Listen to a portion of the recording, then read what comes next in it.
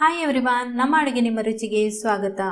ಮಕ್ಕಳಿಗೆ, ದೊಡ್ಡವರಿಗೆ, ವಯಸ್ಸಾದವರಿಗೆ, ಒಟ್ಟಾರೆ ಮನೆಯಲ್ಲಿರುವಂತಹ ಎಲ್ಲರಿಗೂ ಆರೋಗ್ಯಭರಿತವಾದ ಬೆಲ್ಲ ಸಕ್ಕರೆ ಹಾಕದೆ ಮಾಡಿರುವಂತಹ ಒಂದು ಜ್ಯೂಸ್ ರೆಸಿಪಿ. ಇದನ್ನು ನೀವು ವಾರದಲ್ಲಿ ಒಂದೆರಡು ಬಾರಿ ಆದರೂ ಕುಡಿದ್ರೆ ನಮಗೆ ಮುಂದಕ್ಕೆ ಬರುವಂತಹ ಹಲವಾರು ಕಾಯಿಲೆಗಳಿಂದ ನಾವು ದೂರ ಇರಬಹುದು.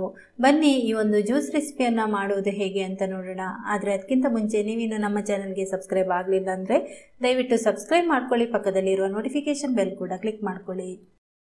ಇವತ್ತು ನಾನು 3 ಗ್ಲಾಸ್ನಷ್ಟು ಜ್ಯೂಸ್ ಮಾಡ್ತಾ ಇದ್ದೇನೆ. ಇದಕ್ಕಾಗಿ ನಾನು 20 ಬಾದಾಮಿಯನ್ನು ಹಿಂದಿನ ರಾತ್ರಿನೇ ನೀರಿನಲ್ಲಿ ನೆನೆಸಿಟ್ಕೊಂಡಿದ್ದೇನೆ. ಈಗ ಇದರ ನಾವು ಸಿಪ್ಪೆಯನ್ನು ತೆಗೆದುಬಿಟ್ಟು ಉಪಯೋಗಿಸ್ಕೊಳ್ಬೇಕು. ನಿಮಗೆ ಜೀರ್ಣಶಕ್ತಿ ಸರಿಯಾಗಿ ಇದೆ ಅಂತಿದ್ರೆ ನೀವು ಸಿಪ್ಪೆ ಸಮೇತ ಉಪಯೋಗಿಸ್ಕೊಳ್ಬೋದು. ಅಂದರೆ ಮಕ್ಕಳಿಗೆಲ್ಲ ಸಿಪ್ಪೆ ಸಮೇತನೇ ನೀವು ಉಪಯೋಗಿಸಿ ಕೊಡ್ಬೋದು. ಸಿಪ್ಪೆಯನ್ನು ತೆಗೆಯುವಂಥ ಅವಶ್ಯಕತೆ ಇಲ್ಲ. ಈ ಬಾದಾಮಿ ವಾತ ನಿವಾರಕ ಅಂತ ಹೇಳ್ತಾರೆ. ವಾತದೋಷ ಇರುವವರಿಗೆ ಇದು ತುಂಬಾನೇ ಒಳ್ಳೆಯದು. ಹಾಗೆಯೇ ನರ, ಮೆದುಳು, ಚರ್ಮ, ಕೂದಲಿಗೆ ಕೂಡ ಒಳ್ಳೆಯದು.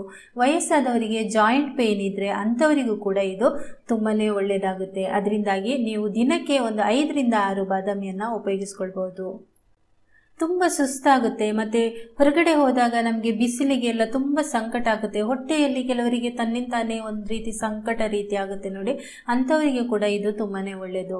ಈ ರೀತಿ ನಾನು ಬಾದಾಮಿಯನ್ನು ಸಿಪ್ಪೆ ತೆಗೆದು ಉಪಯೋಗಿಸ್ಕೊಳ್ತಾ ಇದ್ದೀನಿ. ಹಾಗೆಯೇ ಒಂದು 4 ಬಾದಾಮಿಯನ್ನು ಸಿಪ್ಪೆ ಸಮೇತ ಹಾಕೊಳ್ತಾ ಇದ್ದೀನಿ. ಯಾಕೆಂದರೆ ಸಿಪ್ಪೆಯಲ್ಲಿ ಕೂಡ ಅಧಿಕವಾದ ಗುಣಗಳಿರೋದ್ರಿಂದ ಸಿಪ್ಪೆಯನ್ನು ಕೂಡ ನಾವು ಸ್ವಲ್ಪ ಉಪಯೋಗಿಸಿದರೆ ಒಳ್ಳೆಯದು. ಈಗ ಇದನ್ನು ನಾನು ಸಣ್ಣ ಮಿಕ್ಸಿ ಜಾರಿಗೆ ಹಾಕೊಳ್ತಾ ಇದ್ದೀನಿ. ನಂತರ ಇದಕ್ಕೆ ನಾನು 6 ಖರ್ಜೂರವನ್ನು ಉಪಯೋಗಿಸ್ಕೊಳ್ತಾ ಇದ್ದೀನಿ. ಈ ಖರ್ಜೂರವನ್ನು ಫಸ್ಟ್ ನಾವು ಚೆನ್ನಾಗಿ ತೊಳೆದ್ಬಿಟ್ಟು ನಂತರ ಅದರ ಬೀಜವನ್ನು ತೆಗೆದುಬಿಟ್ಟು ಸಣ್ಣದಾಗಿ ಹೆಚ್ಚಿಟ್ಕೊಂಡಿದ್ದೀನಿ. ಈ ಖರ್ಜೂರ ಈ ಆಸಿಡಿಟಿ, ಪಾದದಲ್ಲಿ ಉರಿ, ಜೀರ್ಣಶಕ್ತಿ ಕಮ್ಮಿ ಇರುವವರಿಗೆ ಮತ್ತು ಶಕ್ತಿ ಕಮ್ಮಿ ಇರುವವರಿಗೆ ಕೂಡ ತುಂಬಾ ಒಳ್ಳೆಯದು. ಇದಕ್ಕೆ ನಾನೀಗ 1 ಗ್ಲಾಸ್ ಹಾಲಿನಲ್ಲಿ ಸ್ವಲ್ಪ ಹಾಲನ್ನು ಸೇರಿಸಿ ನುಣ್ಣಗೆ ರುಬ್ಕೊಳ್ತಾ ಇದ್ದೀನಿ. ಈಗ ರುಬ್ಬಿ ಆದಮೇಲೆ ಒಂದು ಬೌಲಿಗೆ ಈ ಪೇಸ್ಟನ್ನು ಹಾಕ್ಕೊಳ್ತಾ ಇದ್ದೀನಿ.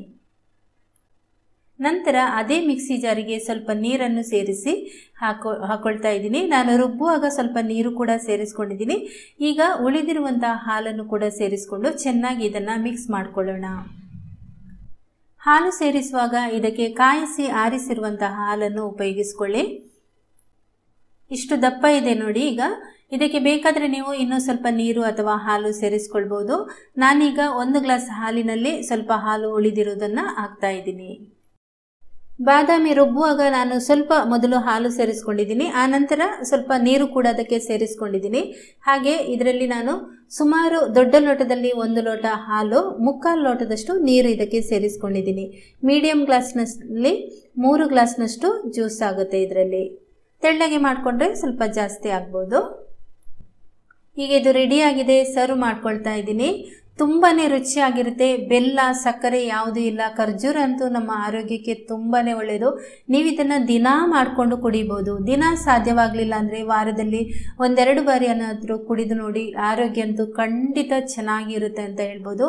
ಮುಂದಕ್ಕೆ ಬರುವಂಥ ಹಲವಾರು ಕಾಯಿಲೆಗಳಿಂದ ದೂರ ಇರ್ಬೋದು. ಹಾಗೆಯೇ ಮಕ್ಕಳಿಗಂತೂ ತುಂಬಾ ಒಳ್ಳೆಯದು. ದಿನ ಬೇಕಾದರೆ ನೀವು ಮಕ್ಕಳಿಗೆ ಜಾಸ್ತಿ ಪ್ರಮಾಣದಲ್ಲಿ ಆಗಲಿಲ್ಲ ಅಂದರೆ ಒಂದು ಸಣ್ಣ ಗ್ಲಾಸ್ನಲ್ಲಿ ಕೂಡ ಮಾಡಿಕೊಡ್ಬೋದು. ಓಕೆ, ಈ ವಿಡಿಯೋ ನಿಮಗೆ ಇಷ್ಟ ಆಗಿದ್ರೆ ಒಂದು ಲೈಕ್ ಮಾಡಿ, ಶೇರ್ ಮಾಡಿ, ಕಮೆಂಟ್ ಮಾಡಿ. ಹಾಗೆಯೇ ನಮ್ಮ ಚಾನಲ್ಗೆ ಸಬ್ಸ್ಕ್ರೈಬ್ ಆಗೋದು ಮರಿಬೇಡಿ. Thank you.